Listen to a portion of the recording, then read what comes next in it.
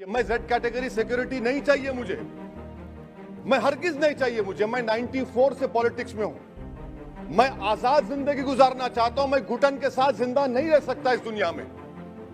मुझे जिंदा रहना है तो अपनी आवाज उठाना है। मुझे अब जिंदा रहना है तो सरकार किसी के उनके खिलाफ बोलना है, और अगर गोली लगती है तो मुझे कबूल है, मगर मैं घुटन की जिंदगी।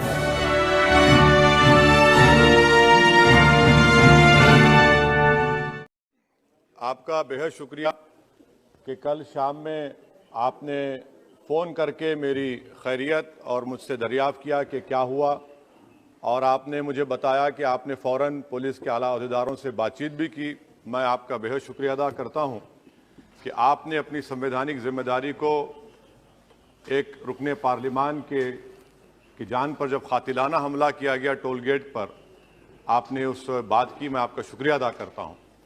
स्पीकर साहब, मैं मुख्तसर से यहाँ पर ये बात कहना चाहूँगा कि मुख्तलिफ सियासी पार्टियाँ मुख्तलिफ प्रदेश में इक़्तिदार पर हैं।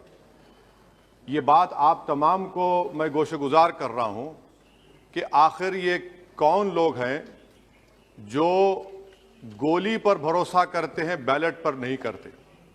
आखिर ये कौन लोग हैं जो इतना रेडिकलाइज हो चुके हैं कि इनको इस संविधान पर एतमाद नहीं रहा, उनको अंबेडकर के बनाए हुए संविधान के खिलाफ हैं, जो इतनी नफरत पैदा करते हैं। आखिर ये कौन लोग हैं? मैं इसको सियासी गुफ्तगू नहीं करूंगा, ये सबके लिए छोड़ रहा हूं, क्योंकि जहां तक मुझे मालूम कि मैं 2 मरतबा का विधायक हूं, 4 मरतबा का सांसद हूं, और अगर इस तरह से अगर राजनीति आगे बढ़ेगी कि टोल गेट पर गाड़ी रुकती है और 4 राउंड गोलियां चलाई जाती हैं, आखिर इन नौजवानों को ये कैसे रेडिकलाइज हुए? और मैं सरकार से पूछना चाहता हूं कि क्या उन्होंने ये रेडिकलाइजेशन सैयद कुतुब की किताब पढ़कर रेडिकलाइज हुए, अब्दुल्ला अज़ाम की किताब पढ़कर रेडिकलाइज हुए, या अयमन अल ज़ोहरी की किताब पढ़कर रेडिकलाइज हुए? इसीलिए मैंने सरकार से 2015 में कहा था कि इंटरनल सिक्योरिटी डिपार्टमेंट MHA में, उसमें तमाम मज़ाहिब के लोगों का एक काउंटर रेडिकल सेल बनाइए आप। और सर, ये रेडिकलाइज हो चुके हैं तो भारत की इससे राइट विंग कम्युनिज्म और टेररिज्म बढ़ेगा। मैं आपसे अपील कर रहा हूं कि जो गलती NDA 1 में की थी, आप वही करने जा रहे हैं। आपको नुकसान होगा, आपकी सरकार को नुकसान होगा, देश को तो, देश की सालिमियत को खतरा तो पैदा हो रहा है। सर, मैं आपके जरिए से सरकार को यह भी बताना चाहूंगा कि जिन लोगों ने ये रेडिकलाइजेशन किया है, आप इस पर गौर करिए, इन पर UAPA क्यों नहीं लगाते आप? अगर कोई स्पीच देता है, अगर कोई फेसबुक पर किसी क्रिकेट मैच पर किसी टीम की तायीद करता है तो UAPA लगता है। एक सिटिंग MP के ऊपर UAPA नहीं लगेगा सर। मैं सरकार पर छोड़ता हूं। सर, चौथी बात यह है कि रेडिकलाइजेशन की जब बात होती है, हमने यहां पर एक कांग्रेस के बड़े नेता से सुना कि 2 भारत हैं दौलत के एतबार से। नहीं सर, भारत की दौलत मोहब्बत है। भारत की दौलत पैसों की दौलत नहीं है। भारत की दौलत मोहब्बत है। हां, 2 भारत हैं, एक मोहब्बत पर जो पिछले कई बरसों से आबाद है, और एक नफरत पर भारत बन रहा है। तो क्या आप दौलत की भारत की मिसाल देंगे या मोहब्बत की भारत की मिसाल देंगे? अगर मोहब्बत की भारत की मिसाल देंगे तो उसमें आपको मेरी जबान को रोकने के लिए गोली चलाने की जरूरत नहीं है। इस 2 भारत को समझने की जरूरत है। सर, खत्म सर, मुझे खत्म सर सुनिए सर, मैंने करीब से 6 फीट से गोलियां देखी। मुझे बोलने दीजिए सर। हो सकता है कि कल दिन ना देखूं मैं। अगर मैं यहां पर नहीं बोलूंगा तो कहां बोलूंगा सर? आप मुझे प्लीज बोलने दीजिए। सर, मैं आपसे गुजारिश यह करना चाहूंगा कि आप हरिद्वार में, रायपुर में और इलाहाबाद प्रयागराज में मेरे बारे में क्या कहा गया, आपके NIB की रिपोर्ट है ना, आप क्यों छुपा रहे उसको?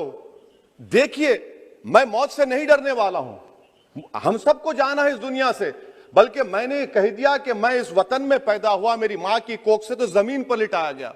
जब मेरी आंख बंद हो जाएगी तो इंशाल्लाह औरंगाबाद की जमीन मुझे दफनाया जाएगा। मगर मैं आपसे अपील करना चाह रहा हूं सरकार से सर, कि जो कुछ बातें की गई हैं उसको देखिए। मैं जेड कैटेगरी सिक्योरिटी नहीं चाहिए मुझे, मैं हरगिज नहीं चाहिए मुझे। मैं 94 से पॉलिटिक्स में हूं।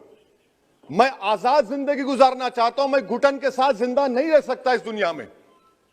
मुझे जिंदा रहना है तो अपनी आवाज उठाना है, मुझे अब जिंदा रहना है तो सरकार किसी के उनके खिलाफ बोलना है, और अगर गोली लगती है तो मुझे कबूल है, मगर मैं घुटन की जिंदगी नहीं गुजार सकता। सर, मेरा मानना यह है कि संविधान में अगर देश के गरीबों को, मजलूमों को, अल्पसंख्यक समाज को सिक्योरिटी मिलेगा तो मुझे मिलेगी। सर, आपकी चिंता हमें है ना सर, आप सिक्योरिटी दे रहे हैं सर, आपको नहीं सर, देश के गरीब बचेंगे तो मैं बचूंगा। ओवैसी की जान इखलाक पीलू से बढ़कर नहीं है सर।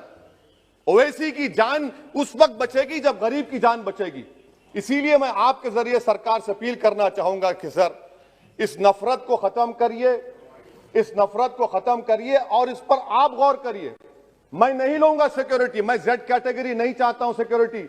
मुझे ए कैटेगरी का शहरी बनाइए आप, मुझे एक कैटेगरी का शहरी बनाइए ताकि मेरी और आपकी जिंदगी बराबर हो। जब देश के प्रधानमंत्री पर सिक्योरिटी ब्रीच हुआ, अपोजिशन की तरफ से मैंने कहा था कि गलत हुआ, सब सेकुलर पार्टी के लोगों ने कहा कि ओवैसी तुम क्यों बोले? मैंने कहा नहीं, देश का प्रधानमंत्री मेरा है, सिक्योरिटी ब्रीच हुई तो एक्शन लेना चाहिए। मगर 4 मर्तबा के एमपी पर कोई 6 फीट के फासले से 4-4 गोली चलाता है।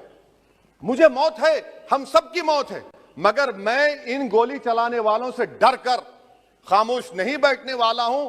और मैं दुआ करता हूं कि उत्तर प्रदेश में पुरअमन पोलिंग होगी इंशाअल्लाह। उत्तर प्रदेश की जनता गोली चलाने वालों का जवाब बैलेट से देगी, नफरत का जवाब मोहब्बत से देगी और कमजोरों को दबाने का जवाब हिस्सेदारी से देगी।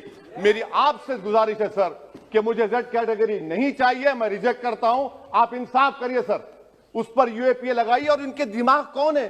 2 लोग रेकी करते हैं, उनको मालूम कि मैं मीरठ की ठोर से आ रहा हूं उस टोल गेट पर, और 6 फीट के फासले पर गोली चलाते हैं। तो आप देख लीजिए सर, आप सरकार के हवाले, अगर आप इंसाफ करना चाहे आप इंसाफ कर सकते, मगर रेडिकलाइजेशन आपको नुकसान पहुंचाएगा और इससे राइट विंग टेररिज्म बढ़ेगा। शुक्रिया।